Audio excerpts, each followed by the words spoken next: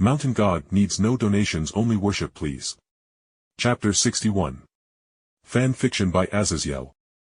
Please subscribe to this YouTube channel for listening and patreon.com/Azazyel to read all of his stories. Weeks passed by that horrible day. That terrible day of unimaginable loss, and the day that Issei Hyoudou found out exactly what it felt like to be cucked by an old ugly bastard. The day that Donald Trump, cursed be his name, and cheeto-colored hair stole his kill on Cao Cao. O great Tiamama, blessed be your motherly breasts. Please show this wayward son the path forward. I wish to take my beautiful waifus home to earth, but that cheeto-colored head bastard stole the kill on Cao Cao and I can't get any waifu tokens. Issei Hyoudou prayed with all his heart. Hearing no response or divine sign, he continued undaunted. O wonderful Tiamama, blessed be your massive bosom that holds humanity within her embrace. I beseech you as a devout son for guidance. I wish to take my waifus to earth and do my divine duty in impregnating them as any good son of the earth mother should. Still, no response as he kneeled in front of a series of candles that were in front of a statue he made by his own two hands of the lovely Tiamat that he venerated so. But still, with no hesitation, he continued. Tiamama, the great mother. Blessed be the mother whose voluptuous tits feed all of humanity their power through Oreo. I beg of thee, to give me a chance to earn the waifu tokens so mine own mother can be proud for bringing my waifus home to her. There was a slight pause before once again Issei Hyoudou with devout piety and utmost patience spoke again.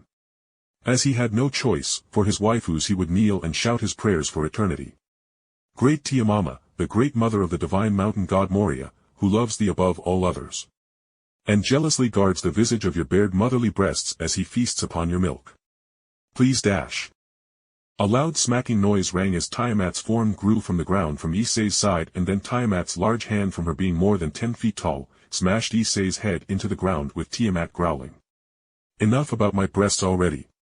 Fine, I will give you a damned quest, but if you mention my breasts again, I swear I will have my son cuck you and steal your harem. And even as Issei groggily got back onto his knees as Tiamat slapped the stupid out of his brain for a moment, by the time his vision returned from normal after being slapped into the ground, Tiamat was already gone and there was a ping from his system. World Quest. Issei Hyoudou, you have been invited to take part in a world quest sponsored by Moria. You and others will be sent into the depths of the underworld and you are tasked in killing Azazyel von Lucifer. He is corrupting the barriers around the world and inviting nasty things to bypass Great Red which would hurt the world. Rewards, wish to be granted by Moria. Waifu/husbando tokens. 1 free ice guy of choice if wished for. Issei gripped his fists together as he nodded, and he could already hear Drake groaning mentally from within his soul, but still the great dragon shifted his soul into his puppet body outside the house that Issei was living within with his harem.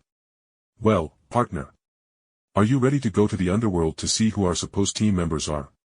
Drake asked with his voice coming out as a great rumble. The Red Dragon Emperor grinned, and although he was a bit iffy on killing another person for Moria and Tiamat, but this guy was patently evil and for waifu tokens promised for just being involved. He would do what needs to be done. Yeah, I am ready. I hope Florida Man and his army of enhanced gators will be there though. He is always good for dealing with the chaff.